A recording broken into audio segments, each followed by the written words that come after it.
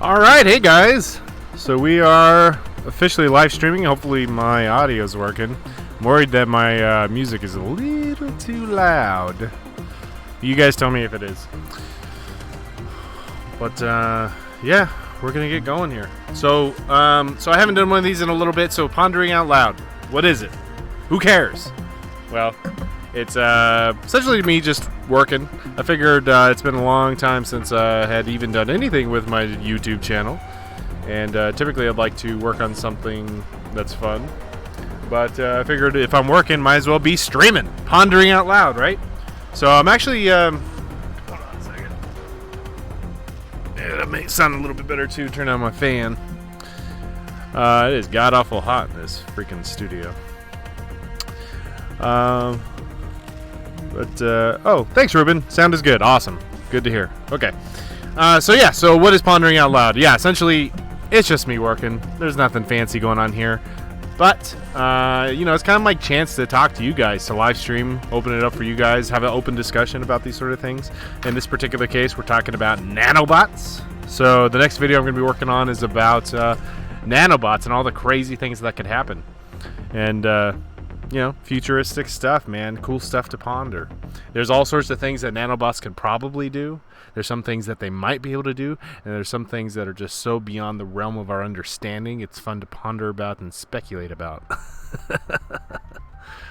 So that's it. I went down the rabbit hole. The reason I wanted to do this video, put this video together, is because, my goodness, there is an amazing... whole, I guess you could say, community behind it. I'm learning all sorts of things, like what David Pierce and abolitionism is, nanobees, swarm bots, bug bots, kilobots, microbots, SRMRs, is that what it's called? Foglets is interesting. So the foglets thing, essentially, they call it's a utility fog. It's a programmable matter. It's like, you imagine nanobots. So you gotta realize, nanobots, if you're unfamiliar with the term, I guess I gotta explain that, the base level, right? So nanobots by themselves are these tiny, pretty much microscopic robots that we can program to do our bidding, right? You could even think of it like programming a virus, how small those are. But imagine a swarm of this. It would look like a cloud, like a literal cloud that could just form into anything. Is that insane? Ruben says, did you see the Outer Limits episode about nanobots in the night? I feel like I have. You might have to remind me. It sounds familiar. I did watch a bunch of Outer Limits, so I'm sure I have. But my memory is not what it used to be, guys. Not what it used to be at all. Alright. It's one of the things I need to do. So yeah, so I was figuring it'd be kind of cool. I'm in the research phase of making a video, which is basically the very beginning phase.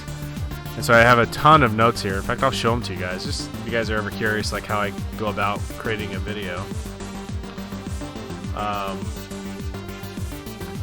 Yeah, I just start writing down notes. Future of humanity isn't just in the macro, but also within the micro. So you heard it here, folks. If I say it in the video, you know exactly where it came from. Word doc. Or not Word doc, Notepad.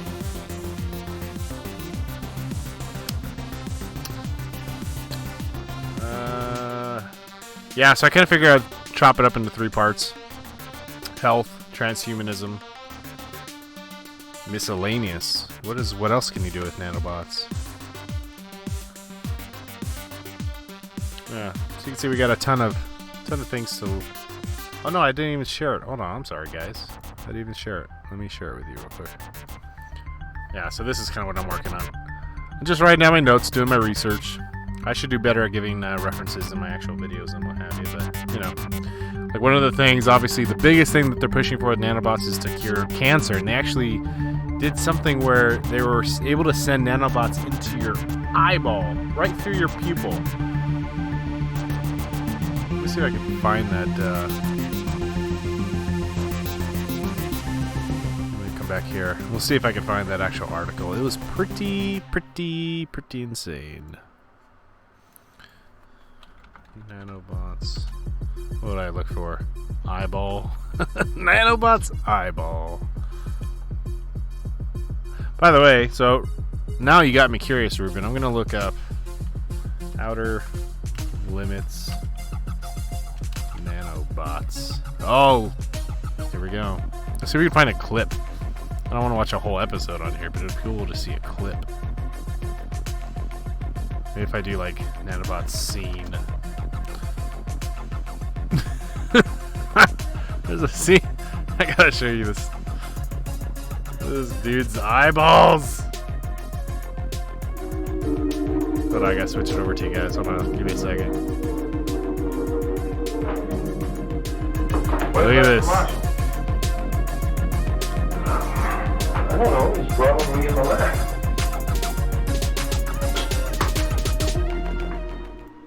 There we go. Now you can hear it. When he gets ready to go, I'll put the component back in the communication system. The moment he contacts Earth, I'll remove it. Oh, man. If anyone speaks one wrong word during that moment, what did you do with the suit? I put it away. I put it in my locker. Don't think it. Block it out. Don't think what, Lieutenant? Ooh, he's reading his mind. Block it. Block it. Block it. Block it. Block it.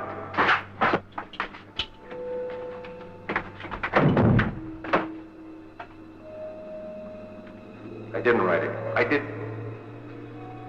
Where is it, Chandler? What? I did. I wish it were dark.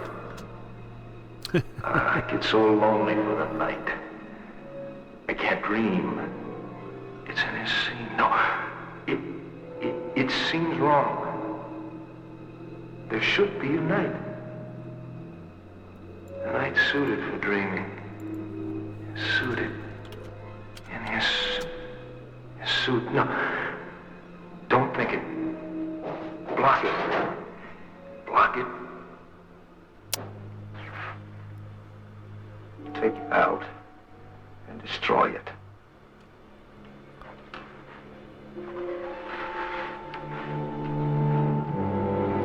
Oh my god. Ah! Oh, that's fun. In this episode, the bots cured the guy's cancer, but then they thought his inability to see behind... Sorry. Let me pull this up here. Oh, I don't even have my chat on the... Oh, well. Cure the guy's cancer, but then they thought his inability to see behind him was a weakness, so they created eyes on the back of his head. It was the 1990 series in color, not the original show. Yeah, I found something about it, but it's like a whole episode. Tell me if this is it. This might be it. We're not going to watch the whole episode, but... Играете в Бога. It's in Russian, of course. Бог создал человека несовершенным. Let's see if I can find a not Я so могу Russian сделать one. лучше. Is it called New Breed? I would guess it's that. Сказал совет. Разрешили испытывать Let's see if eyeball is going in the back of his head. Oh, this looks familiar.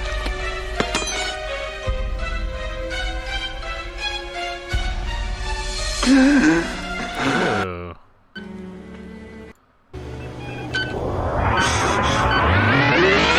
Maybe, maybe not.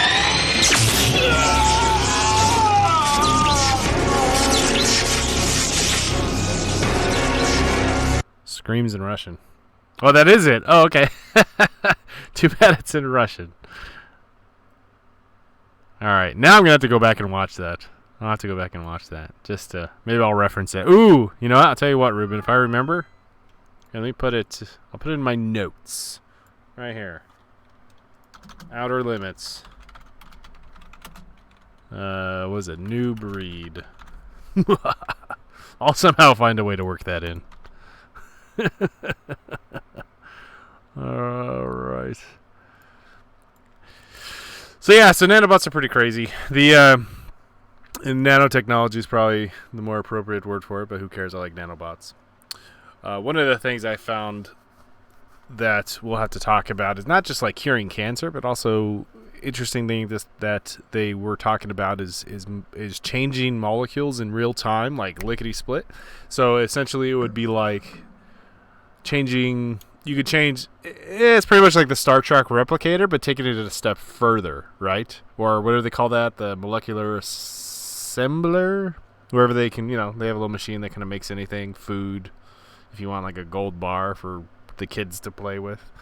But it takes it a step further and actually injects those into your body. So imagine having nanobots in your lungs. Okay, think about this. Nanobots in your lungs that will take the carbon dioxide, do a little magic on it, and turn it into oxygen.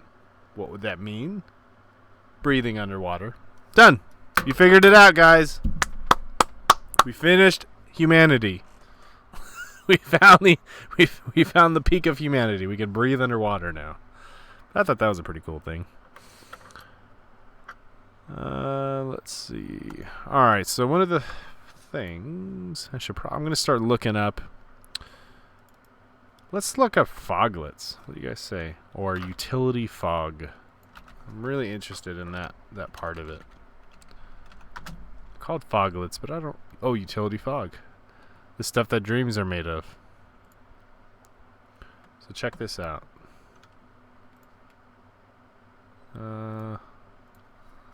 So this is from our good friend Ray Kurzweil. You know, that futurist that predicted singularity and all that sort of good stuff. Actually, I'm not sure he did or he made it popular. I think he just made it popular. Oh, we're missing our music, aren't we? There we go.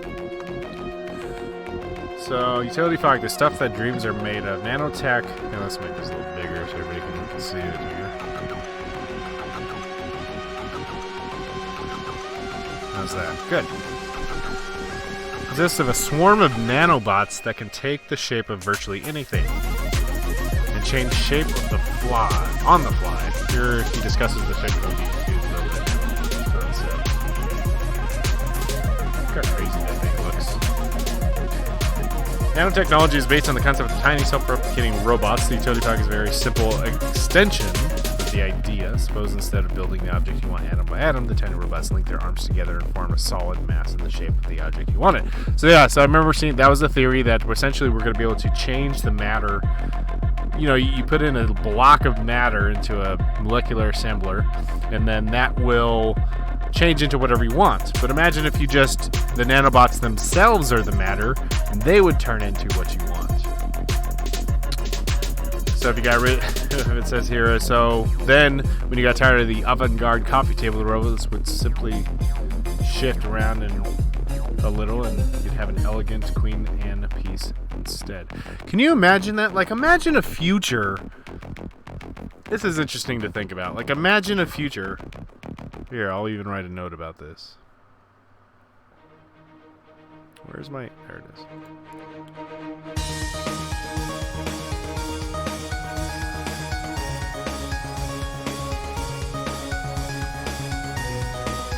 Imagine a future in which you lived in a house that was completely subject to your will. Or even just a world.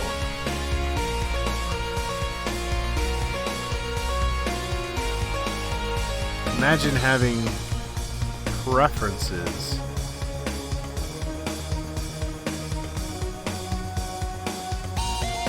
that literally change the matter around you. Yeah, can you imagine if they took that a step further? Let's say, you kind of see that a little bit now. I mean, online you see ads are geared to your preferences, to what you've been looking for. Imagine walking into a store and the height of it changes because you like vaulted ceilings compared to the guy that was in before. Imagine, it's interesting because you go into a virtual reality right now, and it's just something that, you could be in a castle one minute and in the middle of a meadow the next. What if you could physically change it? So it's not just virtual reality, it's real reality, but the matter changes depending on what you want. Like, you have you are in reality, but, you know, I could just make this little thing of beer turn into a steam controller. That's crazy to think about.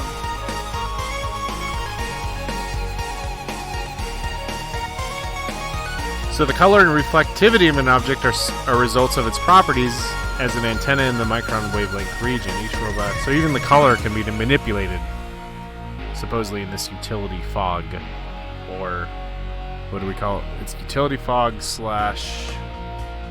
foglets. Excuse me, guys.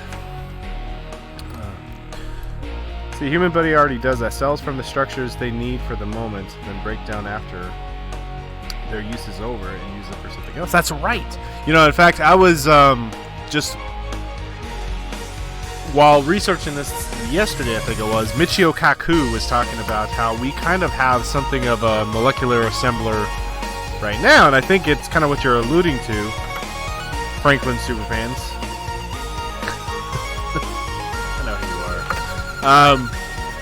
That you digest a hamburger, and that molecularly reassembles on the molecular level and turns into hair, nails, fat, right? I think that's rather interesting.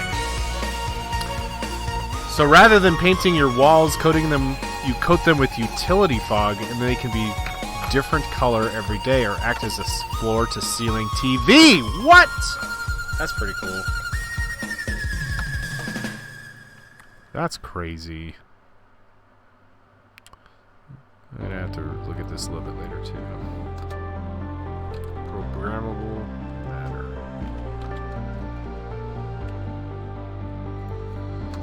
Painting walls.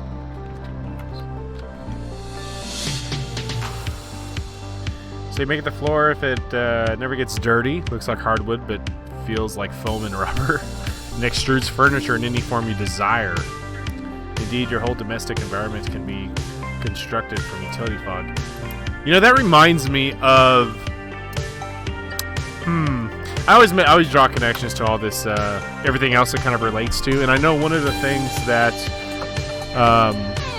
was pretty much a big mystery, if you believe it, was that Bob Lazar, the guy who got popular, not popular now, but he has a documentary that came out recently, got him a little bit more into the mainstream, but I've been following his stuff forever. But he was a guy that essentially said he worked on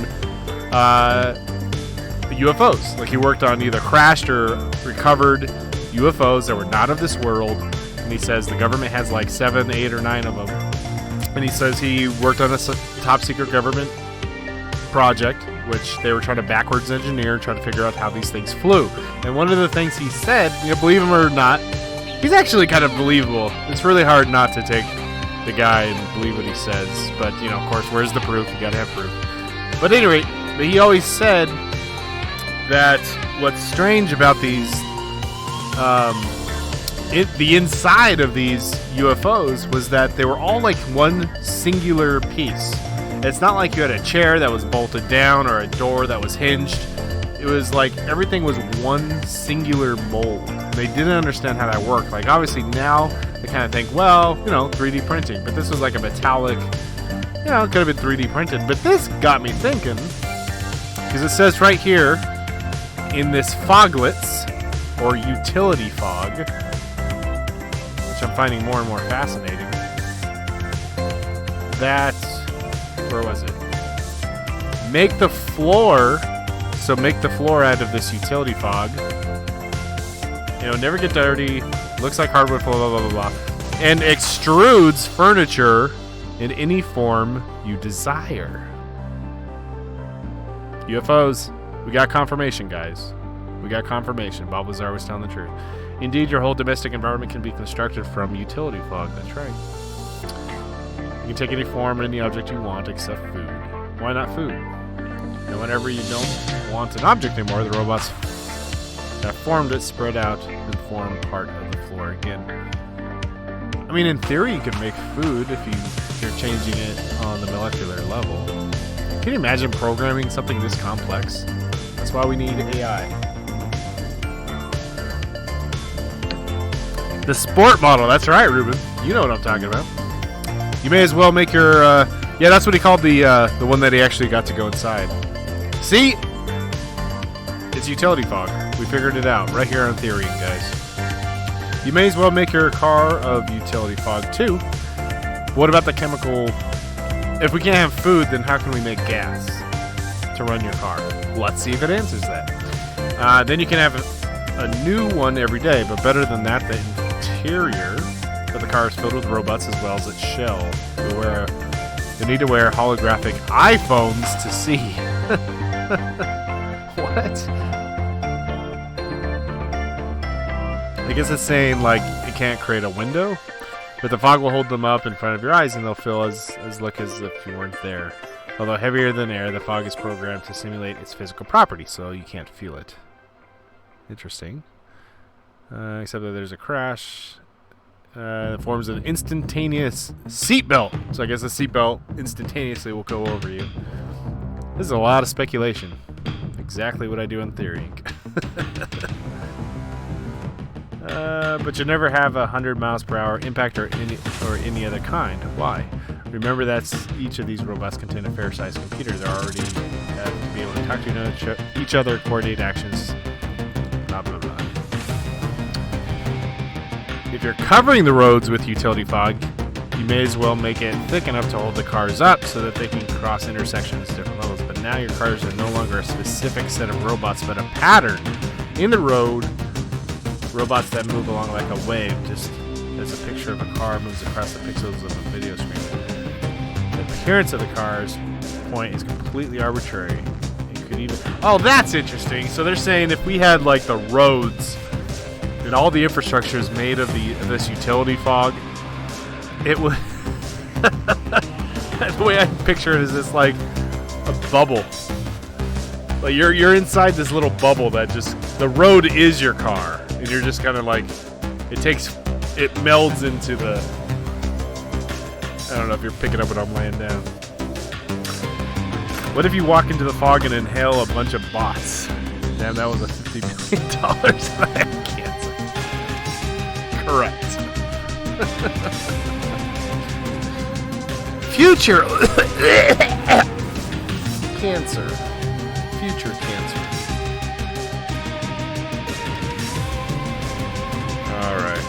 So, build up your fogs. Furniture no longer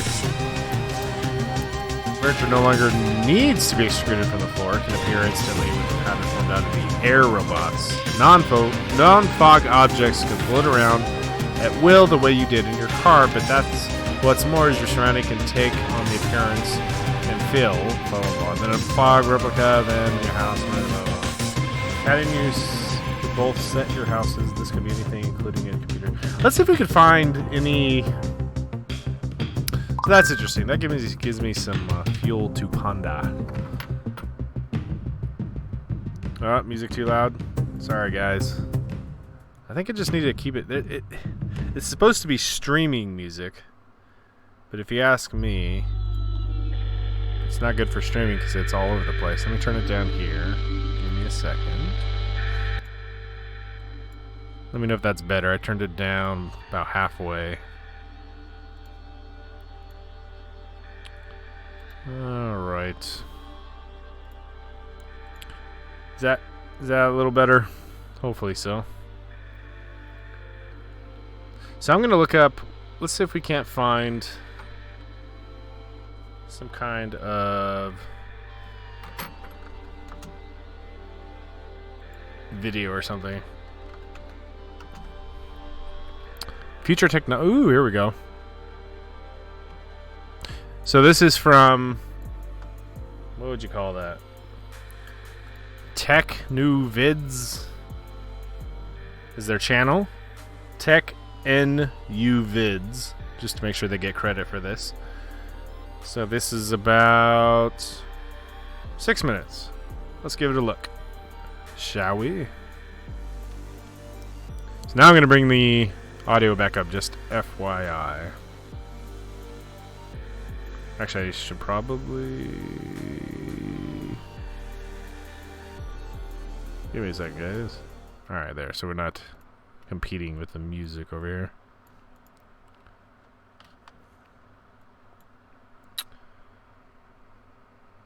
Well, that's funny. The There's future no... Oh, there it is goes. unknown. Not just for you, but for society. When we look at how technology unfolds, we can be pretty accurate about tomorrow or next week. And as the writer William Gibson said, the future is already here. It's just not very evenly distributed. So based on small patches of current innovation, we might be able to accurately guess at aspects of the next 5 or 10 or even 20 years. But beyond that, as we get further and further from today, the more the possibilities begin to multiply. Our simple projection diverges to become a tree of possibility. A possibility. No. All right, I'm going to go. I'll be right back. I'm still listening on the headphones. The best way we can see long-term forecasting at work is to cheat. Let's wind the clock back to last century. Lots of smart people made well-thought-out predictions of where we'd be beyond 2000. Flying cars and jetpacks for all. Autonomous humanoid robots. Cities on the moon. And lots of free time. They were dead wrong. At the same time, other smart people made even crazier technology predictions, which don't seem quite so crazy now. Small, orbiting, rocket-propelled space stations that would be the basis of a worldwide communications network. People wouldn't just need a computer, they would hold them in their hands. And the people with the computers would use the communications network to share information. The internet. And so with a little hindsight, we can see that foresight is not an easy business. All right, talk about nanotechnology. Futurist Jim already. Data said, any useful idea about the future should appear to be ridiculous. It doesn't mean that the future is a laugh a minute. That reminds me of, so one of the, not to get all political, I'm just going to bring it up. I won't have opinion on it. But Andrew Yang is talking about UBI, right? Universal Basic Income. And I always thought we would have to eventually do something like that in the future, like way in the future when technology takes over everything, would eventually have to talk about UBI. But it's interesting that it's hitting politics now. Universal Basic Income, just to give you an idea, it was almost like a futuristic, like a lot of futurists talked about it because of the fact that technology is going to essentially leave us with nothing to do job-wise, because everything's going to be taken care of, everything with AI and robotics and everything else. So it was always kind of like this thought experiment, but now it's actually coming into our politics. Like it or love it, it's in our politics now, so that's interesting. Anyway, this is Pondering Out Loud. He's actually saying that unless your idea is so challenging and out there compared to the way things are today, it simply isn't futuristic enough.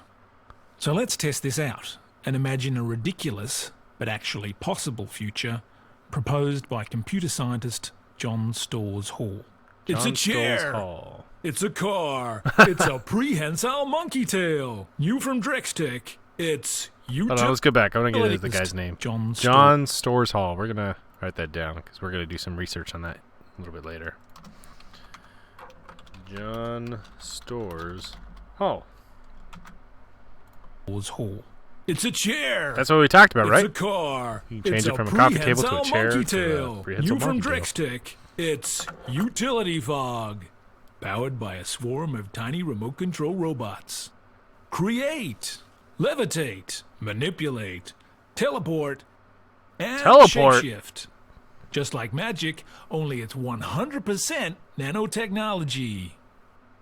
Utility fog has no self-replicating, human-harming, or world-eating capabilities. Yeah, right. As a rule, we're not very good at thinking about the impacts of new technology. That's one thing. Do you guys know about the gray fog? By the way, Franklin Superfans, Trump will be president circa 1955 prediction. Well, go on. I'm curious what that means. I know The Simpsons predicted Trump, which is actually pretty creepy. I don't know if you guys have seen that, but there's like a pre-Trump little scene of him going down an escalator, and then in the background, for some reason, they animated somebody dropping a sign, and then that actually happened in real life.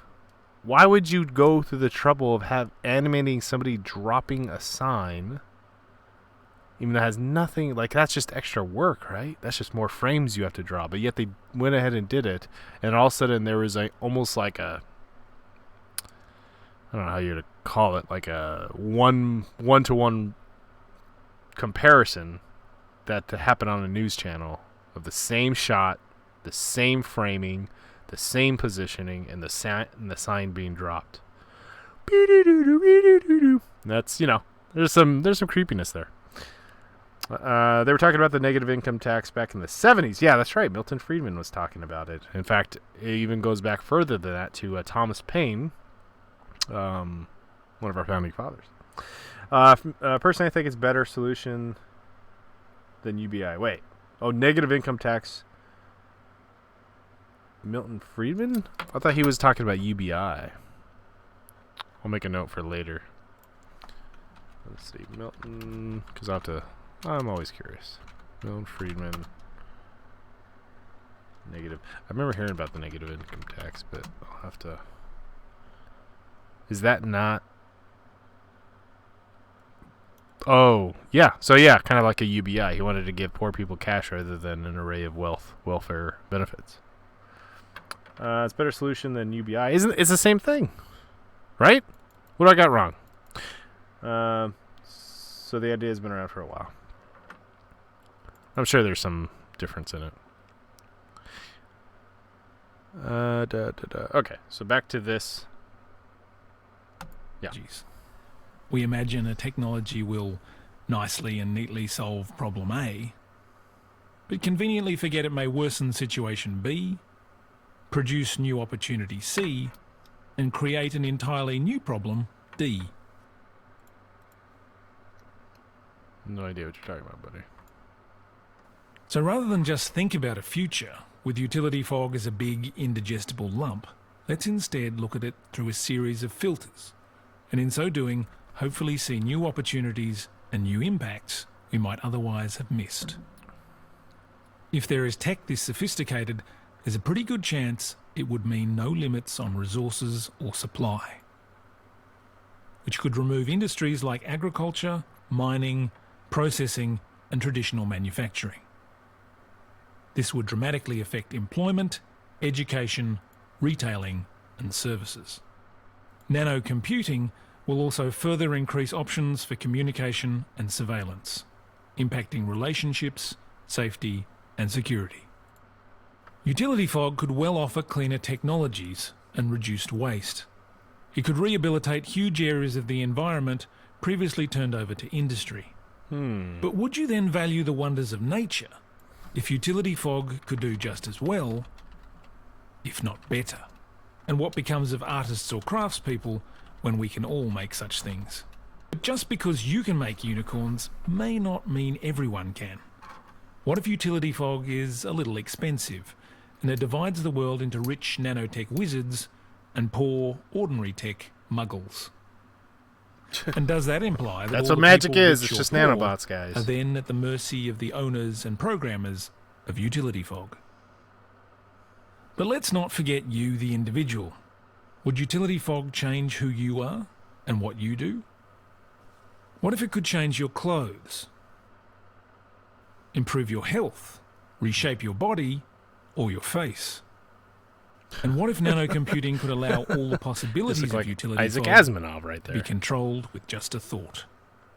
Would it change how you think and what you believe? Would you think that you were playing God? Would Oh, it see, I was affect thinking your about doing that self-image? in the video too. Would you even know who you were and what was real? I'm a teapot. Well- Let's see. Biggest difference is that negative income tax still incentivizes work, even at the smallest level. Okay. Yeah, I think Yang's whole thing is that it will just kind of naturally happen, but if there's like a plan in place to help with work, like maybe volunteerism or something, that'd be good. Ruben, I have to sleep. I hope your planning stage goes well. I look forward to the vid. Cheers and good night. Thanks, Ruben. Appreciate it, man. Have a great night. I know it's late. UBI disincentives any work below their basic income level. Why work for $10K if that disqualifies you from the free $10K you're already receiving? No, I think everybody gets the. Well, I guess it depends on your flavor of UBI. I'm just thinking in terms of the one that's in the politics right now through Andrew Yang, and he wants to give literally everybody. Like Jeff Bezos would get $1,000. he kind of sees it as a like holding stock in the country. Yeah, I think there's a ton of different variations and flavors of UBI, but I'll have to check out Milton Friedman's back then, because I know his is he had a thing. Thomas Paine had a thing. Martin Luther King wanted to have something similar, and there's a whole bunch of that. Utility fog is just one person's idea of what might be possible. But the future is not laid out in front of us. It's created as we go. By you, me, and them. Do you want that future? Look at that face. If you think through the possibilities of a new technology, you can better appreciate the consequences of using it. I agree. Good philosophy at the end. So, yeah, that kind of basically talked about what we said here in this article. Be able to create different things. In fact, even alluded to it. I'd love to do in the video is at the end of it talk about. I was kind of thinking this. Is that would be cool if, like, in the video that I create, there's like a plausibility meter, and as the video progresses, and we talk about nanobots can help with health. Okay, yeah, that's plausible. Nanobots can help with changing your body so that you can have chlorophyll, get what is called kleptoplasty, where you can literally receive energy from the sun. I don't know. It gets a little... Maybe it's plausible. Becoming a god. I don't know. I think it's plausible. I think if you were able to control molecular... Like, things on a molecular level, it was able to self-replicate. And then I've actually mentioned this in one of my other videos. I think the End of Humanity video. Is that, yeah, I mean, after a while, you'd control the universe, wouldn't you? And what other better definition of God is there?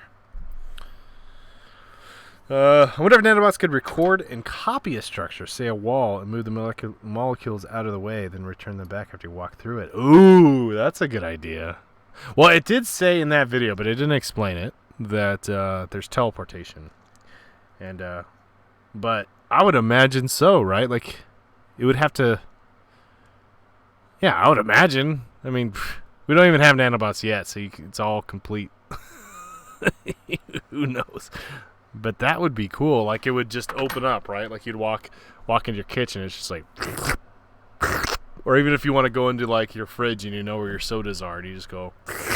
Or just get out of your way.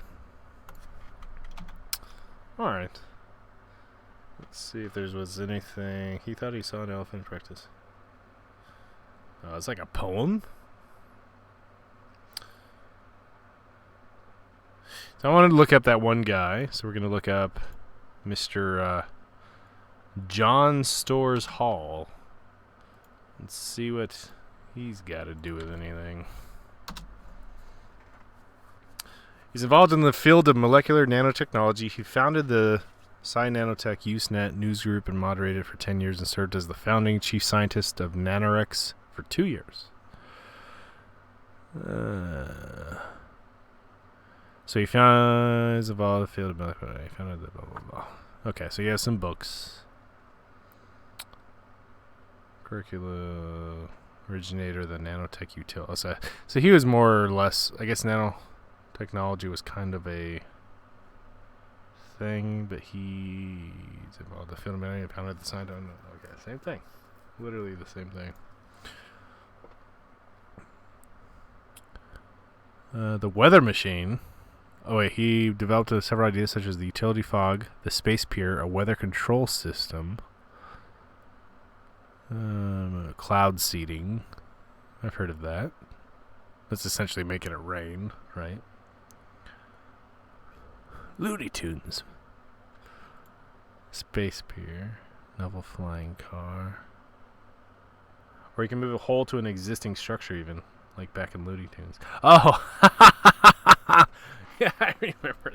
That's from freaking Roger Rabbit, where he had the Acme holes. He could throw a hole onto something and be able to put his hand through. Good reference.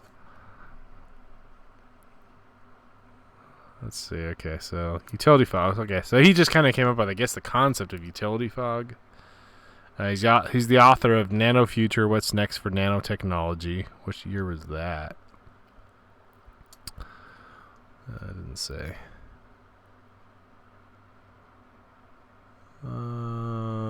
Okay. Oh, there it is. That was in 2005. Beyond AI, creating the conscious of the machine.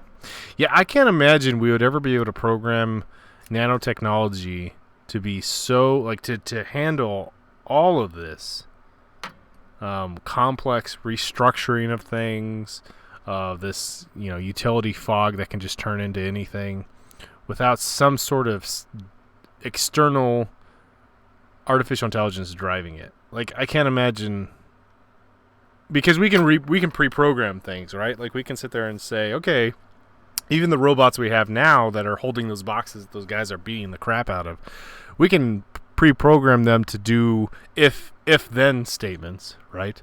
But to do something as complex as turning into even a teacup, I suppose you could do that. But to do it on the fly, unless you had a database of every object known to existence, including its sizes and its different, like even a teacup with its different shapes, you would have to have a database of every object that could be in existence that it can turn into.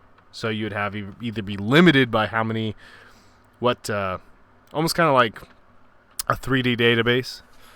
If we have the 3D printouts of everything, like we do now, right? Like with 3D printers. You can go online, there's a whole library, there's thousands, millions of them maybe, of 3D models that you can download and print out. So that could exist, I suppose. But if you want something on the fly, it would have to be, I would assume, it would have to be regulated by some kind of artificial intelligence. That'd be my guess. Could nanobots replicate food, then convert to something that could be breathed out afterwards? Maybe good for diet even. Endless possibilities. Yeah, this one said you couldn't for some reason. Where did it say that? It said make floor. Let me see. I'll just do food. It can take any form you want except food. It never explains it why. But I don't see, I mean, if you're changing things, well, no, I guess it would be kind of, maybe not on the molecular level, but like a very, very, I don't know what would be next after molecular. So atomic, molecular. Maybe it just can't because it's too big. It couldn't, you'd have to arrange it on the subatomic, like the atomic level, I don't know. Like why you can't do food. Star Trek did it. If Star Trek can do it, why can't we do it? Interesting. Okay, let's see. Alright, what should we look up? So I'm going to be on here. How long have we been streaming? We've been going almost an hour. Alright, let's spend the last 10 minutes and look up one of these. What do you guys think? Should we do nanobees, swarm bots, bug bots, kilobots, microbots, SRMRS, which I forgot what that even is.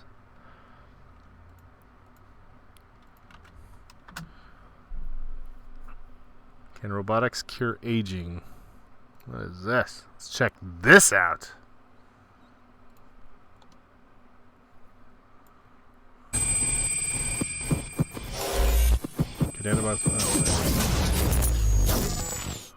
Can robotics cure aging?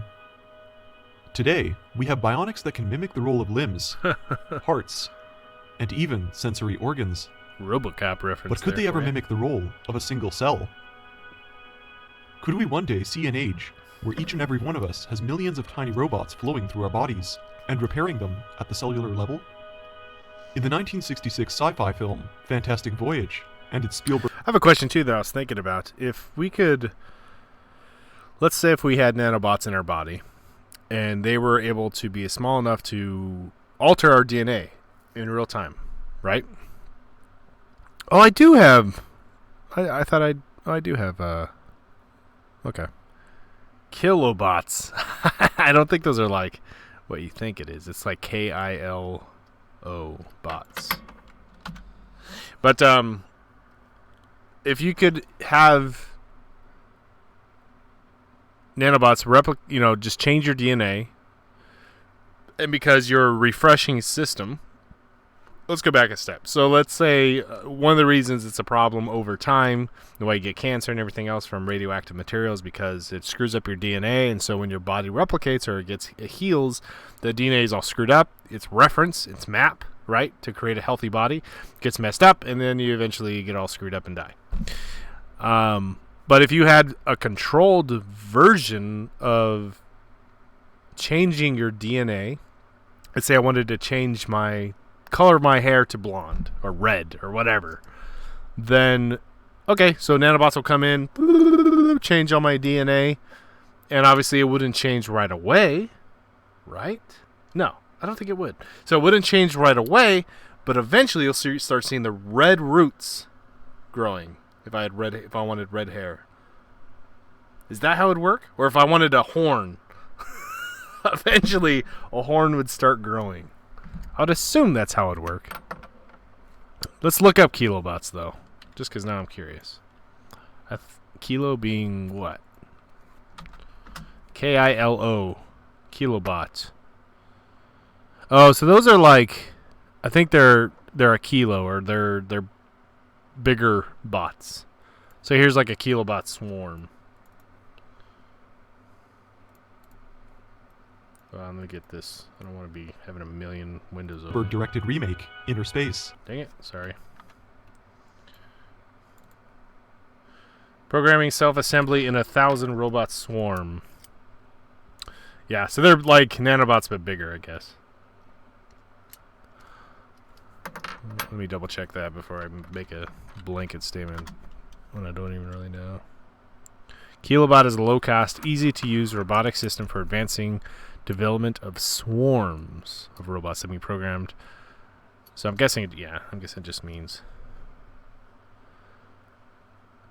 bots that will kill you. No. Yeah, so a kilobot is a 3.3 centimeter tall, low-cost swarm robot developed by a guy's name I can't pronounce, and Michael. They can act in groups up to 1,000 to execute commands programmed by users that cannot be executed by individual robots.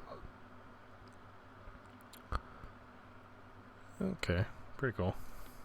So yeah, they kind of, I guess it's all about pattern reorganizing itself. That sort of thing. That's pretty cool.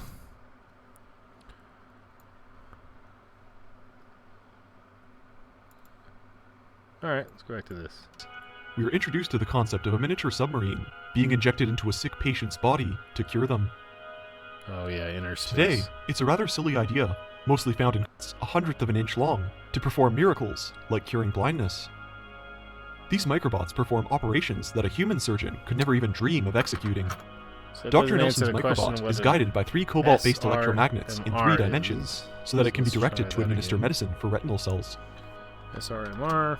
It can be injected into the body, and even comes with an LED light, so that the pilot can see what they're doing through either a computer or microscope.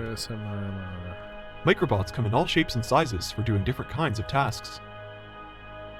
Machines like swarmbots, SRMRs, pillcams, microgrippers, magnabacteria, mechasperm, and microfish, just to name a few. Is it a surgeon? No. First, we'll start with the See, there's like nanomedicine, swarmbots, which have the potential to solve many environmental and medical problems facing humanity nanotechnology today. and food. Let's watch Most that. people are somewhat familiar with the concept of swarm robotics. Excuse me. Nanotechnology is a term that gets bandied around a fair bit. The promise of longer-lasting bread, super low-salt soy sauce, even Kraft Foods' interest in a smart blob that can be made to taste like anything using nanotechnology have all been part of the highly speculative future of nanofoods. But what about here and now? How many of these foods already have nanoparticles in them? And what do we know about the harm they might cause? Well, the answer to both questions is we don't actually know. The term nanotechnology is used to describe engineered matter that's generally less than 100 nanometers in size. In other words, 1,000th of the thickness of a sheet of newspaper. Nanoparticles already naturally exist, for example, proteins in milk or ash in the air. But building nanoparticles into food or its packaging can change its nutritional value, lifespan or appearance. Titanium dioxide is the most commonly used nanoparticle in food as a whitener in powdered sugar. Coconut can change a sheet of newspaper. The technology is used to describe engineered matter that's generally less than 100 nanometers in size. In other words, 1,000th of the thickness of a sheet of newspaper. Nanoparticles already naturally exist, for example, proteins in milk or ash in the air. But building nanoparticles into food or its packaging can change its nutritional value, lifespan or appearance. Titanium dioxide is the most commonly used nanoparticle in food as a whitener in powdered sugar, coconut and yogurt, also in sunscreens. Dr. Ricky Yarder is a leading researcher into nanoscience in food technology. He's at Sydney University to brief Australian food industry experts on the rapidly expanding global field. Well, there's a number of benefits that nanotechnology could bring in the food area. For example, the delivery of nutrients at a much more lower level. But right now we don't even have a way to test for nanotechnology in food, and there's inconclusive research on both sides of the debate over their harm and benefit. That's one of the concerns. What is the long-term effect of consuming products that have nanoparticles? You know, because of the size of these nanoparticles, because they're so small and they can penetrate membranes and tissues, there is some concerns of these nanoparticles accumulating in tissues and organs, and will that have a detrimental effect to the consumer who consumes that product? FSANZ, or Food Standards Australia New Zealand, says it's not received any applications to approve new or novel nanoscale particles for food use. Right now, jurisdictions around the world are struggling with how to regulate nano products. Right at this point in time, no products have actually been approved for nano release. But Friends of the Earth estimates there's now hundreds of food products available in Australia that may contain nanomaterials. Without any doubt at all, there are nanomaterials in food contact materials, and in agriculture already available in Australia. Foods to which children are exposed, such as Mentos, donuts, M&Ms, and Cadbury's chocolate, we have no idea what is on the market here, and we have no idea what their impacts are. And it is our regulators that are responsible for tracking that and regulating that, and they're just not doing it. We contacted Mars Australia for comment and were unable to find a local spokesperson for Mentos. For their part, the companies deny that they use nanotechnology in their products. Meanwhile, in the void left by little or no regulations, brands are being slippery about their definition of nanotechnology. There's a basic assumption I think you can make, that if there are new or novel ingredients in food, then the onus of proving that the food and the ingredients are safe should rest on the manufacturer and on the regulator. Remember the whole GM debate? That was when consumers pressured food manufacturers into clear labelling. So at least while there was ongoing research, they could know what was in their food. You know, with GM, we debated for the longest time at what level did that GM or gene have to be at in order for us to label it genetically modified. And I think we're going through those same debates again. The consumer's right to know what's in their food supply system. And again, that's a debatable topic right now. While part of the problem is that nanotechnology particles are a relatively recent addition to the food stream, the other part is that we just don't know which ones and what they might be doing. Well, alright guys, that was fun. So obviously I still have a lot of research to do, so I'll probably stream every so often. I was thinking maybe at least once a week. Most of the research and work that I'll be doing will be offline, but I figure, you know what, if I'm going to dedicate a couple hours or an hour or so working on this, I'd stream, do these pondering out louds, because even though more than anything it's probably distracting, it's good to keep the pondering out, man. I love thinking about this stuff, and often I'll be sitting here in my office and just thinking about it and wishing I could say it out loud, wishing I could have other opinions. And you guys have been great. You guys have a lot of cool opinions on things. And I just want to thank you guys. We'll continue doing this. We're going to bring our podcast back pretty soon, and it's going to be fun. And then we have the video that's going to be about nanobots coming up here soon. Probably going to be a while, honestly. I don't know, a week or two. Usually not rushing too much. And also, for those that are still listening, there's more fun stuff. This is, after all, TheoryInk is going to be about not just pondering mind pondering topics and things like that, but also entertainment, cerebral entertainment. And so we got some fun stuff coming up soon for that. All right, guys. Well, thank you very much. I guess we'll see you in the next whatever. Bye.